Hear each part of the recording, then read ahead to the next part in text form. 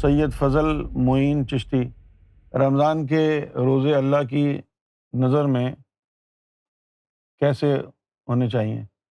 زیادہ تر عوام روزے میں نماز اور قرآن پڑھتے ہیں، زیادہ سے زیادہ تراویح، اور مولوی صرف فضیلت بیان کرتے ہیں۔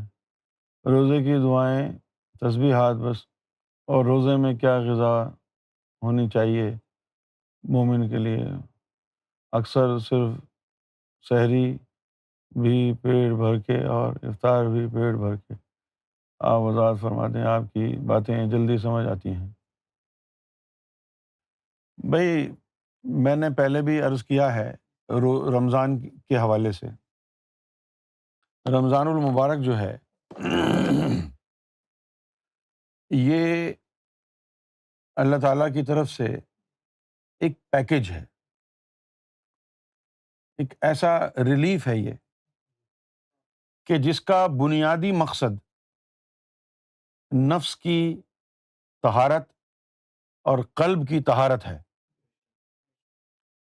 کیونکہ قرآن مجید نے جو تشریح بیان کی ہے نا روزے کی، اس میں سب سے پہلے اللہ تعالیٰ نے یہ فرمایا ہے کہ اے مومنو، ہم نے تم پر روزے فرض کیے۔ اس کے بعد فرمایا کہ تم سے پچھلی جو امتیں آئی تھیں ان کے اوپر بھی فرض کیے تھے۔ یہ نہیں سمجھنا کہ صرف تم پر یہ بوجھ ڈالا ہے، نہیں، پچھلی امتوں پر بھی روزے فرض کیے تھے، تم پر بھی کیے ہیں۔ اور پھر اس کے بعد آخر میں یہ بھی بتایا ہے کہ تم پر بھی روزے اس لیے فرض کیے ہیں تاکہ تم متقی ہو جاؤ، تاکہ تم پاک صاف ہو جاؤ۔ تو اب ظاہر ہے کہ یہ ظاہری پاک صافی تو مراد نہیں لی جا سکتی نا۔ ایسا تو نہیں، اگر یہ ظاہری پاک صافی ہوتی تو پھر 11 مہینے آپ نہ نہاتے، صرف رمضان کے مہینے میں شاور لیتے۔ اس کا مطلب ہے کہ یہ ظاہری صفائی کی بات نہیں ہو رہی، یہ باطنی صفائی کی بات ہو رہی ہے۔ اور وہ باطنی صفائی کیا ہے؟ تزکیہ نفس۔ اب نفس کی غذا نار ہے، جو سانس کے ذریعے بھی آتی ہے، گناہوں کے ذریعے بھی آتی ہے، کھانا کھانے کے ذریعے بھی آتی ہے، پانی پینے کے ذریعے بھی آتی ہے۔ تو رمضان کے مہینے میں ہم صبح سحری سے لے کر مغرب کے وقت تک نہ پانی پیتے ہیں نہ کھانا کھاتے ہیں۔ اس سے فائدہ کیا ہوتا ہے کہ کم سے کم کھانا کھانے سے اور پانی پینے سے جو نار جاتی ہے 16 گھنٹے کے لیے وہ بند ہو جاتی ہے، لیکن باقی جو ذرائع ہیں ان سے تو نار آ رہی ہے۔ اس کے لیے پھر ہم تسبیحات بھی کرتے ہیں، نمازیں بھی پڑھتے ہیں، تلاوت بھی کرتے ہیں، رات کو جو ہے تراویح بھی پڑھتے ہیں۔ اور یہ اتنا قرآن پڑھا جانا، تراویحوں کا پڑھا جانا، یہ سب کچھ کرنا، اس کا مطلب یہ ہے کہ جو زبان سے تلاوت آپ کر رہے ہیں اس کا نور بنے، اور وہ نور آپ کا دل میں اور نفس کی جگہ جائے تاکہ اس میں طہارت پیدا ہو۔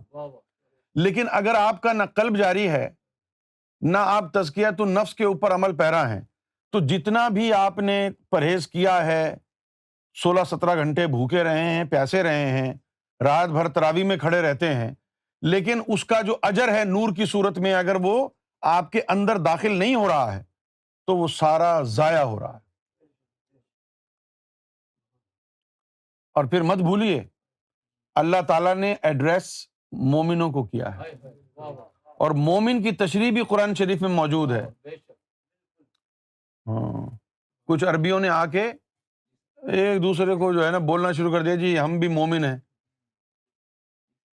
باقی جو صحابہ کرام تھے بڑے بڑے، ان کی بڑی عزت تھی نا، سب لوگ ان کی عزت کرتے تھے۔ تو یہ چند عربی جو تھے یہ ایمان لائے تو انہوں نے بھی کہنا شروع کر دیا، جی ہم بھی مومن۔ اللہ تعالیٰ نے فوراً آؤ دیکھا نہ تاؤ آیت نازل کر دی، اور فرمایا قالت العرب آمنا، یہ عربی کہہ رہے ہیں کہ ہم مومن ہیں۔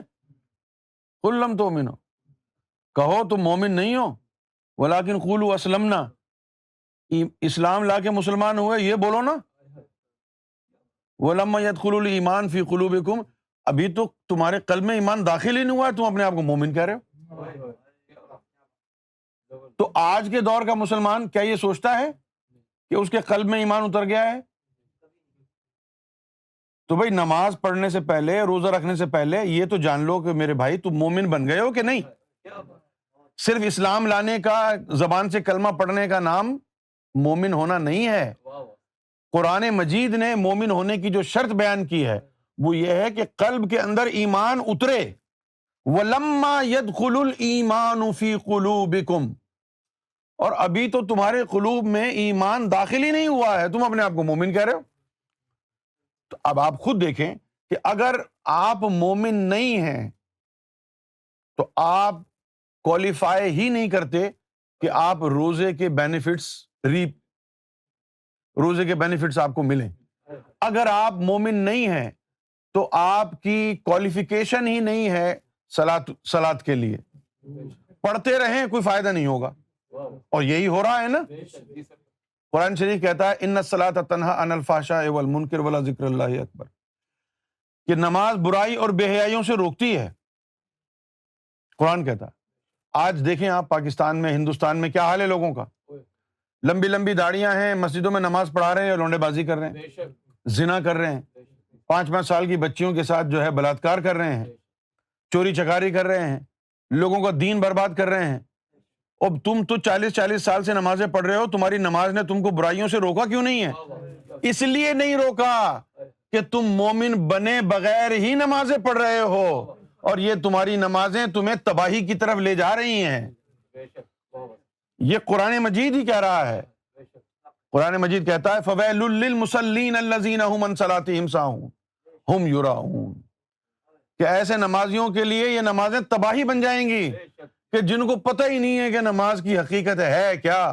ہم یراؤن، بس صرف دکھاوے میں لگے ہوئے ہیں. تو روزے کا، نماز کا فائدہ اس کو ہوگا جو پہلے درجہ ایمان پر پہنچ جائے، جو پہلے مومن بن جائے. اور مومن بننا کیا ہے کہ اللہ کا اسم کلمہ طیب، اس کا نچوڑ اللہ ہو دل کی دھڑکنوں میں اتر جائے. تو خاموش ہو، دل کی دھڑکنیں اللہ اللہ اللہ کرتی رہیں. تو بیٹھا ہوا ہو، دل اللہ اللہ کرتا رہے. تو سو جائے، دل اللہ اللہ کرتا رہے. ہتھ کار ول دل یار ول، ہر وقت جو ہے ہاتھ کام کاج میں لگ رہے ہیں پھر بھی دل اللہ اللہ میں لگا رہے. اب تو مومن بن گیا. اب تو نماز پڑھنا کبھی بھی دنیا کی طرف خیال نہیں جائے گا. اب نماز پڑھ، کبھی بھی دنیا کی طرف خیال نہیں جائے گا نا. مولا علی نے کبھی شکایت نہیں کی مولا حضور پاک کو کہ مجھے نماز میں وسوسے آتے، لیکن ابو بکر صدیق نے کی. انہوں نے کہا، ابو بکر صدیق نے، یا رسول اللہ جب میں نماز میں کھڑا ہوتا ہوں تو مجھے وسوسے آتے. تو حضور پاک نے فرمایا کہ تم کو 2 طرح کا ثواب مل رہا ہے، ایک نماز پڑھنے کا اور ایک جہاد کرنے کا. تو وہ کہنے لگے کہ میں تو نماز پڑھ رہا ہوں، جہاد تو کر ہی نہیں رہا، تو جہاد کا ثواب کیسے؟ فرمایا کہ یہ جو نفس وسوسے ڈال رہا ہے، تو ان کی کاٹ کر رہا ہے، ان کو جھٹلا رہا ہے نا، یہ جہاد اکبر ہے، نفس کو پاک کرنا. کیوں جی؟ جب تک تیرے اندر نور نہیں ہے تو نے اپنے خیال کے ساتھ ان وسوسوں کی کاٹ کرنی ہے، اور جب تیرے اندر نور چلا گیا پھر تو آرام سے نماز پڑھ، وہ نور ان وسوسوں کو کاٹنے لگ جائے گا نا. جب تک نور نہیں ہے تجھے خود محنت کرنی ہے، ان وسوسوں کی کاٹ کرنی ہے، اور جب نور اندر چلا گیا تو بس وہ جو اللہ اللہ کا نور ہو رہا ہے وہ جھپٹ پڑے گا نفس کے اوپر.